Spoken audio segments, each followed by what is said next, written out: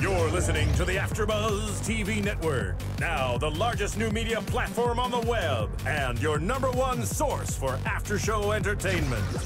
Very good, Keith. Johnson.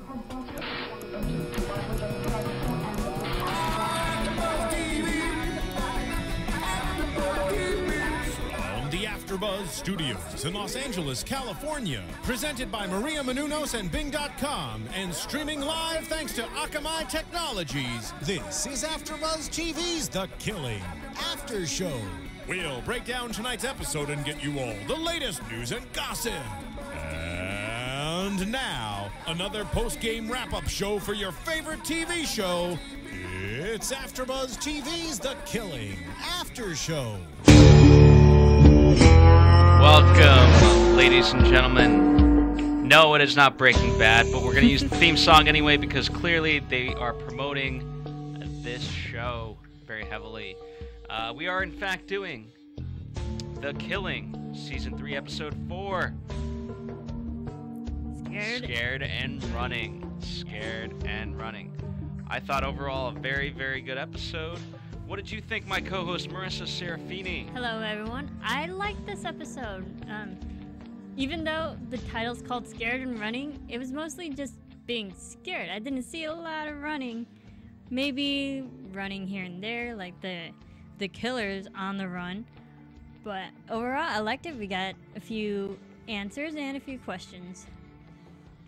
Well, it was a great little teaser opening, which we'll obviously talk about because that was the main focus of tonight's episode. But before we get into that, let's talk about Seward, who, they've been showing us kind of tidbits and things like that, but it hasn't quite been developing all too much, and mainly because, he's in jail, and so how active can he really be? Anytime anything's happening, it's either when the cops are coming into the prison or something like that, or obviously in the case of tonight, when he gets a visitor, and it's for his son to see him. But let's take a step back. I want to talk about that he's got 2 weeks. 2 weeks left. Yes. I think he knows his time is running out. Therefore, he's engaging more into deep conversations with Alton.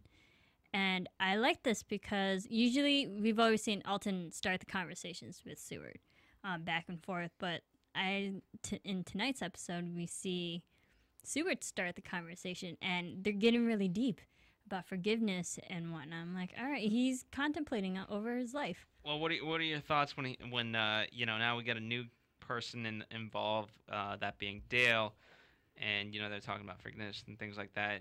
God's already forgiven me. And Ray just totally writes him off, and he's like, basically, F that. Yeah, I liked how they brought a third guy in because, it's always been those two. So I think Alton's kind of, Seward's negative mentality is kind of rubbing off on Alton, and Alton's kind of just thinking like, yeah, I'm kind of losing my faith too, and he's kind of having the same mindset as Seward. And so to bring in another positive guy who has this positive look on life, it was just another fun dynamic to this seemingly negative perspective both of Alton and Seward has now. So I thought it was interesting, and I liked how they touched on forgiveness. Because I think that's one of the main things you always think about when you're trying to make amends in life when you know you don't have much time left. Yeah, and it was interesting. He said Dale eventually says to him, "Hey, I just want you to know I'm having a good day, or I'm happy today," and things like that. And so I thought it was really interesting that, and obviously there's they've been bringing up God and things like that, and kind of in the last final moments, you always wonder, where am I going, things like that. And it's interesting how we find out that there has to be 7 volunteers to do this, which obviously 7 is a very biblical number. Yes. So I thought that was interesting. Well, you being a little bit more cultured than me with religion, what's your take on that, if any? Yeah, I like how they're still keeping religion as a serious thing. Like, they're hinting at it here and there because I think religion is such a pivotal thing in some people's lives, and ultimately, usually, well, I find like statistically, people who are more positive tend to have more religion in their life. More religious people tend to be more positive, and vice versa. And we can see that Seward doesn't seem like he's a religious person. He killed the freaking chaplain in the very first episode, so he's not a religious man. And you see he's just so angry and negative. So I think religion is such an important thing. If he has it, he might have a better turnout. Well, let's talk about this. I want in the Beacon of in tonight's episode, the owner says that these kids don't have faith in the system. How pretty much how could they? With everything that the system's given them, and so essentially the system's failed them, right? And if we're to believe that that Seward is actually innocent, then obviously the system's failed him. And so it's interesting at that point. With the kids, kind of they rather than believing in the system, they perhaps turn to faith, and hope that they find salvation in that sense. But it's interesting, you have the flip side, which is Seward, and the system has failed him. And because, we don't know quite the truth, but because of that aspect, he's lost faith in religion because God failed him. Because if the system is flawed, that means God has failed the system. Mm-hmm. So it's interesting to think in those terms, at least for me. Agreed. Also, so let's talk about when he gets the visitor. I thought he had some very, for a man that knows he doesn't have a lot of time, he also doesn't have a lot of patience for many things. And I like how he's direct. Like, what are you doing here? You obviously didn't come here with your husband, and she's obviously trying to get to what she wants to say. Eventually, she does. And it was interesting to watch Seward's reaction to the whole thing, because he's kind of always wanted to see his son, but now that it's come up, it's interesting to see him backing away from it. And I think it's obviously to do with the fact that he has 2 weeks to live. And I don't know I don't know what to exactly take out of that. Yeah, I agree. I was surprised he didn't want to see his son. And his reaction, it was like his very maniacal laugh. I'm like, you should want to see your son. And especially the foster mother wants the son to see his own father. I mean, if I was the foster mom put in that position and I saw how Seward was reacting, I'd be like, this man clearly doesn't have his head screwed on straight. I don't know if I want to see have my foster kid see this kind of seemingly crazy guy. So I'm kind of torn whether I would let Adrian see Seward or not. It's interesting because obviously he took off the tattoo, the A that represented Adrian, and so to a degree he's trying to let Adrian have his own life, and by Adrian forgetting about his own father to an extent, that's kind of like forgiveness, or at least some sort of moving on, and also I think to a degree. Yes, he wants to. If he does ultimately really want to see Adrian, but he also wants it to be on the terms of it's not like defeat for him. Whereas now, everyone sort of knows that he does want to see his son, and so he's almost like giving into them, and Frank the guard having he would be ultimately right. Like that's what he ultimately wanted. And therefore, the system holds the power, and they allowed him to get that. Whereas I think he's looking to see his son, but is on his own terms, whatever that may be, whatever that may mean. Yeah, and because he's acting like he doesn't want to see his son. But the thing is that Adrian wants to see Seward, not the other way around. You don't think Seward wants to see Adrian at all? Well, I think there's, a little thing within Seward. He generally does want to see his son, but he's acting like he doesn't. But we were told tonight that Adrian has forgiven Seward for all he's done, and he's the one that wants to see Seward. Yeah. So again, the biggest kind of frustrating thing for me is I really love Peter Sarsgaard in this role, and I like the clique that they're now forming, with Alton, with Dale, especially, you kind of touched upon it with Alton in particular, how, now Seward's engaging with him, and then when he comes back, Alton does. He starts telling him, the story, and that's a pretty rough story, right? Initially he's kind of telling him, allegedly, I'm innocent, things like that. And when you really hear that story, like, dude, you're really not that innocent. No. And yeah, he was telling him in very detailed, like, how he killed his family, and like how he stole the money, killed his parents, with the shotgun, or he shot his family. And it was kind of very in the same vein as how Seward told his story of how he killed. And I think they're just like, both of them, they're rubbing off on each other, and more Seward onto Alton. So I think they both claim that they're innocent, even though their stories clearly say they're guilty. I don't think Seward's ever claimed he's innocent. Well, that's a lie. But yeah, so it's interesting. But Seward's never, with Seward, he's never admitted that he actually, I guess that's did the crime, that why he's there in prison. Actually, that's a lie, because with Lyndon, he talked about courage and about Skinner and why he wanted him there. So, I think it's, as we, we'll talk about Callie's mom as well, but it's interesting, part of it is you start believing your own lies. There's, the liar can lie to others, but the artist can lie to himself. And I think to a degree that's what's happening with these men. And I also think with Callie's mom as well in particular. Obviously, I mean, there's Joe Mills. She doesn't quite get it. Obviously, the big reveal and the cliffhanger of tonight's episode, the cell phone rings and things like that. But before we get into all of that, I want to let you guys know about an amazing movie that I actually helped produce called Adventures of Serial Buddies. It's out on iTunes as we speak.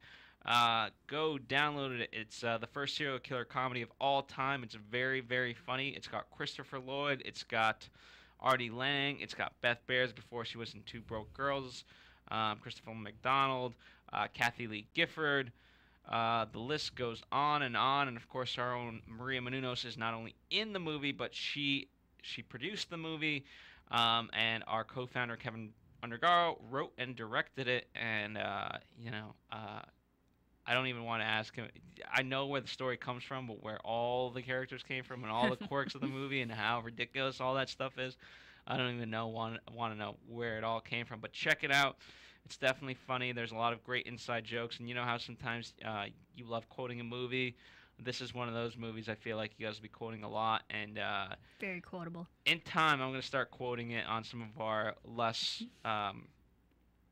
serious shows, I guess, for lack of a better term, because it's definitely funny. But I want to give The Killing it the respect it needs, and so I will not quote it. But a very, very funny movie. Check it out.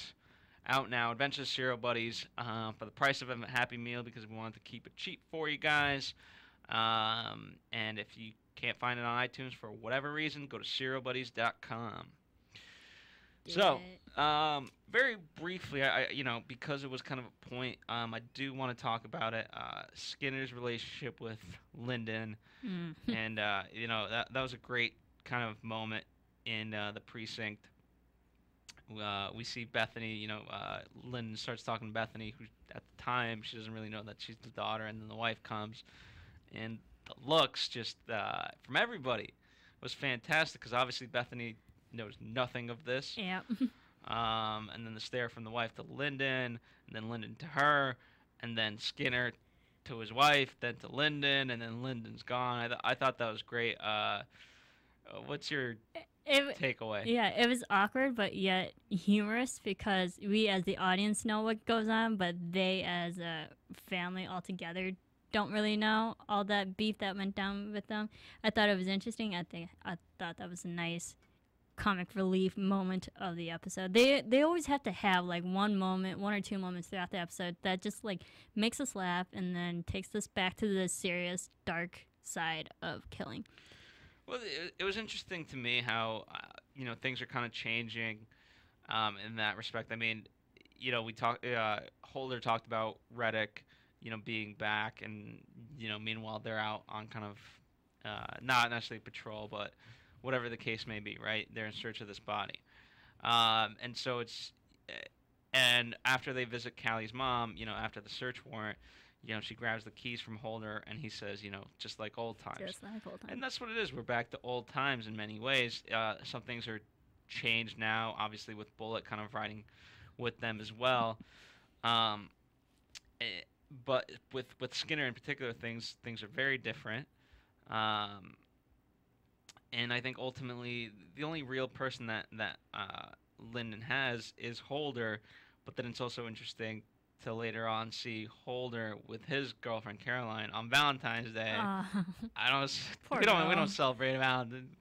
So I thought. But Holder didn't even know it was Valentine's Day. He completely forgot. I mean, they were up for 72 hours. I'm surprised he wasn't sleeping. I would have been sleeping after 72 hours. But she missed the ferry, so she crashed there and things like that. I mean, let's talk about that relationship and what I really like Caroline because of how accepting she is of everything. She was a good girlfriend, but there was this short moment where you can tell she was kind of peeved, like, this is Valentine's Day. I should have had a nice dinner with my boyfriend, and yet Holder went off to be with Lyndon again, working on this case.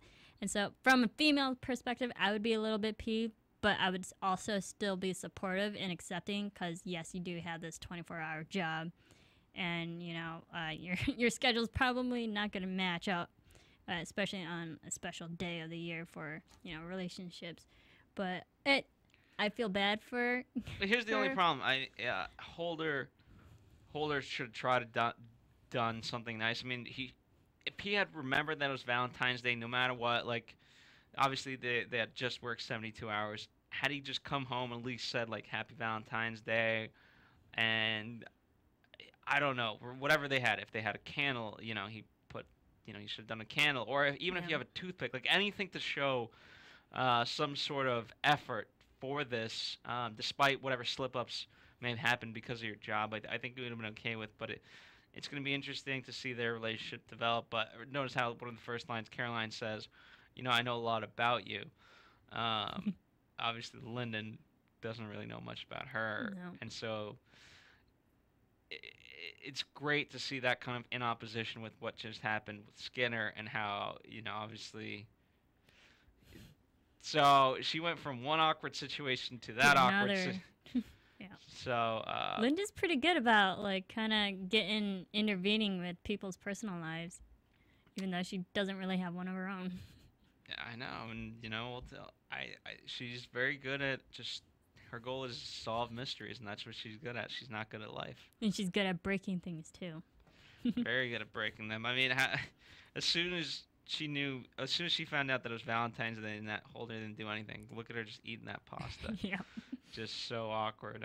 So I thought that was a nice little comparison of, again, you talk about things not changing, and she hasn't changed at all, really, in terms of dealing with personal stuff. Nope. But let's talk about Callie's mom. She kind of opened up the episode to an extent. Obviously, we got the teaser. That was the real opener. But, the search warrant is issued. We're after Joe Mills. Which great pickup by Lyndon to know that he's the son. Yeah, and you know what? I kind of got that feeling, too, because there was no way that Mama Kipps would be completely, withholding evidence if there wasn't something to, keep secret. And I was like, well, she's protecting Joe Mills really a lot. There's got to be a bigger connection to them. So I kind of had a feeling that she was related to Joe in some way, being the mother. I would love to, to speak to the actors in terms of how much what they know, because you hear a lot of these shows, they get the episodes only or they get the script only a few episodes into it. But yet for a show like this, with that you're moving forward. But with this, it's so contingent upon the fact of what actually happened in the past. And so if you don't know that past, obviously if she didn't know that she was his mother, her actions and her acting of that character would be completely different. And I thought it was a beautiful symphony of, I mean, how amazingly Holder managed to slip in the word "mama." Which was a nice indicator, but and she obviously kind of looked at it. If you really watch the scene, she noticed her reaction to that word, because obviously it's telling, and that's what Lyndon eventually picks up on, and the fact, of hey, why are you being so selfish? And you're right, the only reason that she would be so, if it was anybody else, but the fact that it was her son, she had to withhold the truth. Yeah, and another thing is that if everyone was honest from the get-go, it wouldn't take this long to figure out like who the killer is. But here's the problem. Notice how she kind of dealt with it. You don't know my son. It's not that she's withholding or anything like that. It's the fact that she believes that this guy is an amazing guy. Yeah, and she kept saying that he's a good boy. He's a good boy. It's like she was trying to convince herself that her son Joe is good, even though she's hearing all these horrible things about her son. And it's not that she doesn't even need to hear it. She look she behind doesn't even her. know her own son. No, but she does, because she's in the reception room. You just look behind you, and there's your damn rape room, basically. Yeah, but it just another thing. It made me think that like she didn't know what Joe was up to. She, kind of like just saying he's a good boy. He's a good boy. Obviously, he's not. He is most certainly not, and so and I thought it was brilliant by Lyndon to say, hey, you're not protecting him. You can't protect him for this one. It's interesting and seeing where that's going to go. As much of a big storyline, it's I'm seeing a pattern here. The main kind of things that we're supposed to kind of be going after and care about, they slow it down because something more pertinent happens. Obviously the Seward's kind of the big overarching thing of the season, and this was kind of like carried on from last episode, and yet we didn't kind of fully solve it. We jumped on it, with the search warrant and things like that. And, by the way, he's brilliant with the missed phone call. Yeah. And setting that up for the mom, I mean, that was... Yeah, and you knew that because the audience knows that Joe was the voice on the tape. But the fact that he still has Callie's cell phone makes me wonder, where the hell is Callie then? Is she still alive because you still have her phone? I think he did that for the mother. And I think he knew. I mean, it's the irony is it took that cell phone for her to really figure this out. Mm-hmm. I mean, how many times has Lynn been saying that? And she says to her, like, you knew he was the guy in the voice. He was the voice on the tape. That's absurd. And so people like you weren't fit to be mothers. Yeah, and like that line really got under her skin. Lyndon's really good about throwing in lines or doing something to like have people really, think back on themselves and be like, oh yeah, you got me. And I think the thing with the cell phone is like that's such a catalyst for Danette, because you can see throughout this whole episode she is starting to actually genuinely care about Callie and her well-being. She's starting to be that mother that she should have been all along. She's wondering where her kid is. She's being, she's very concerned. And then and the cell phone just like reinforces the fact that she actually does care. Yeah. She cared. Well, here's the thing. She should have cared a little bit more. Let's put it that way. From the beginning. I mean, you don't knowingly, especially if you know and the police have been there multiple times, you don't withhold that kind of information. So, but we'll talk about it more in predictions in terms of what happens with her. In terms of Callie, not to jump the gun too much, but I think you asked, is she alive? Is she dead? I think with the moment that Holder and Bullet had, it's safe to say, unless some sort of miracle happens, that we're not gonna see her. Callie? No. Yeah. Yeah.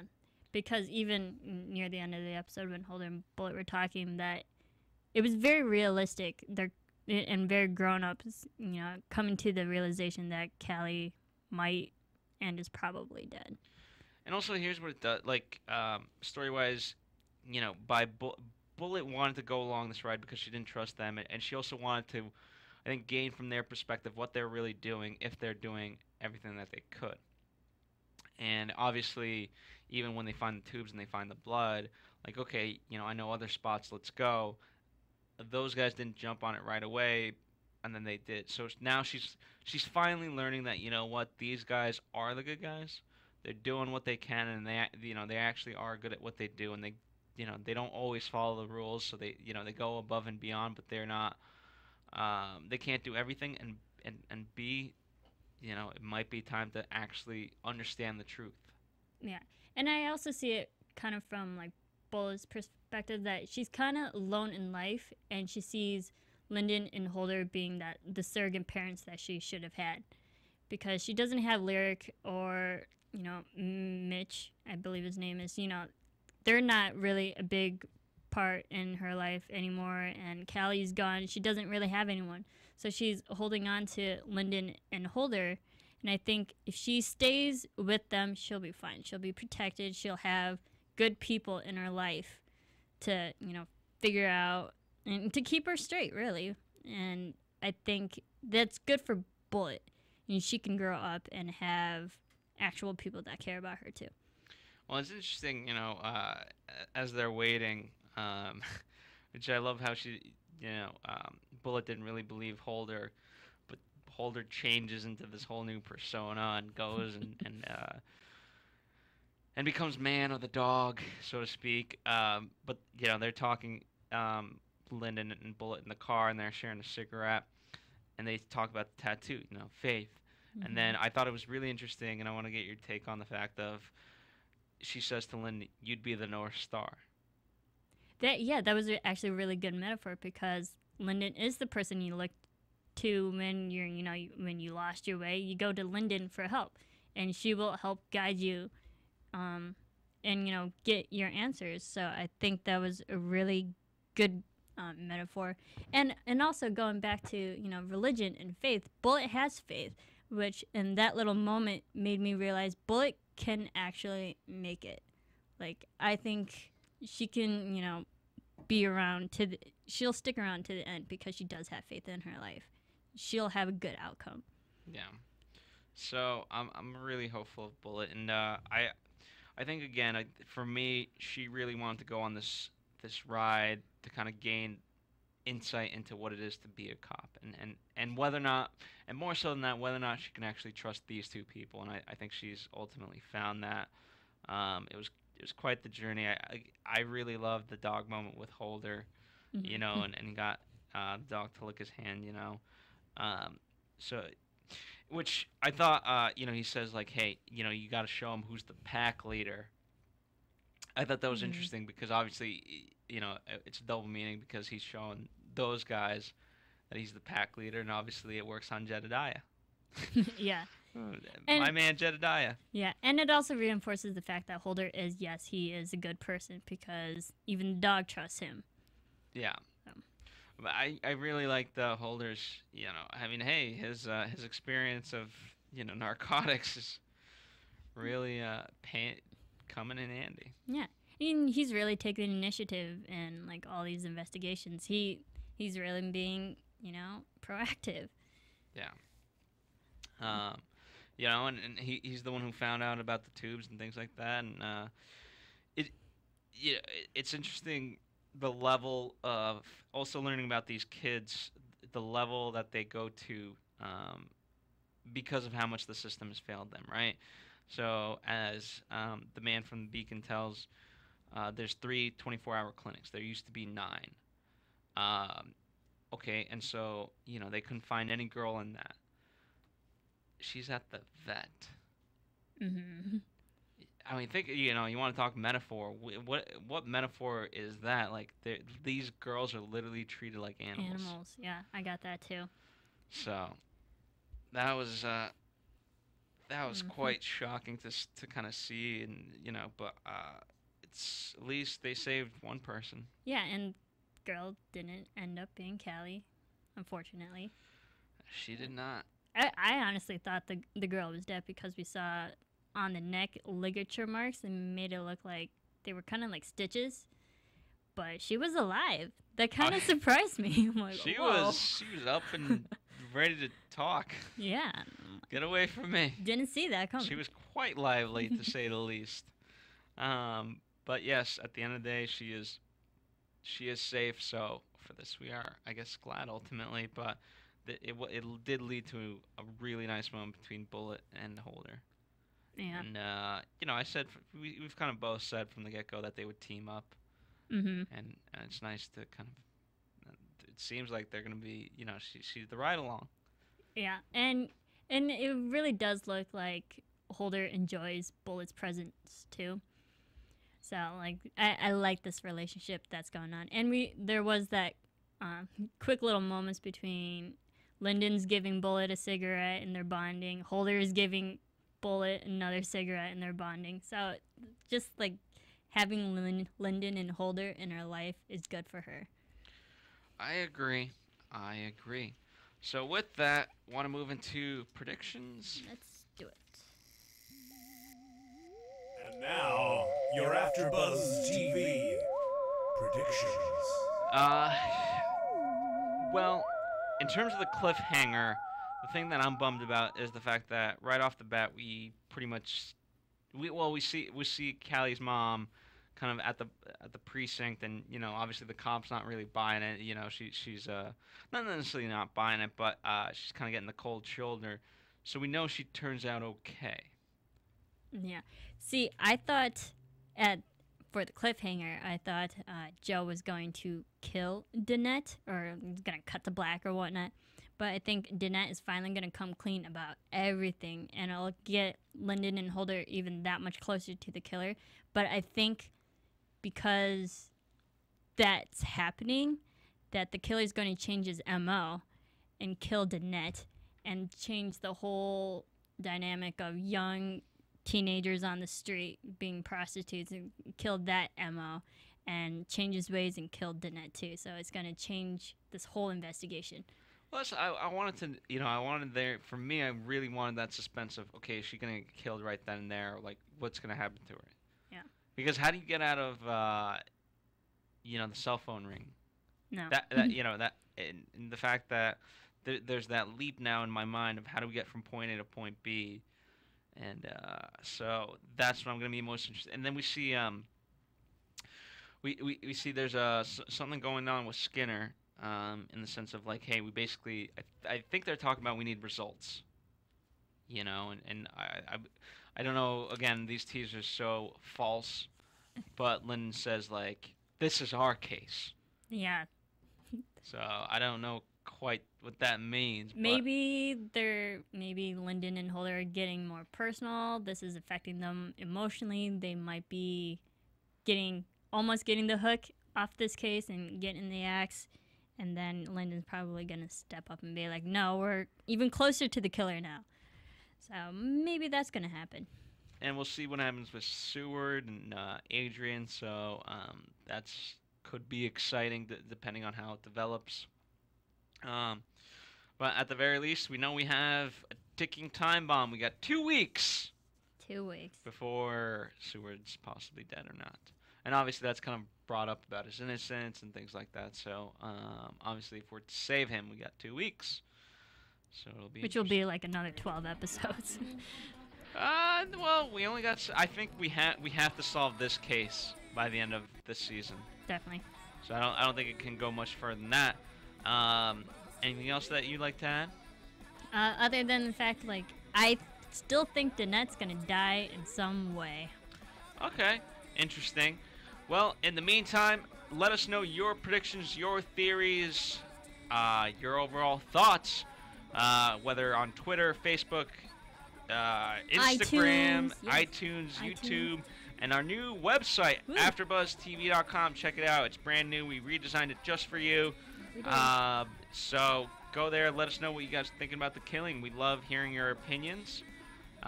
In the meantime, you can, of course, follow Marisa at Serafini Serafini TV. TV on Twitter, Instagram. I also do Hemlock Grove, Rookie Blue. That's right up your guys' head.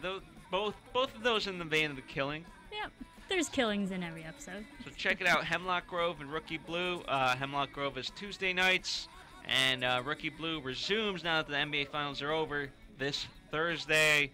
So thank you guys very much for listening this week. We'll see you here next Monday night.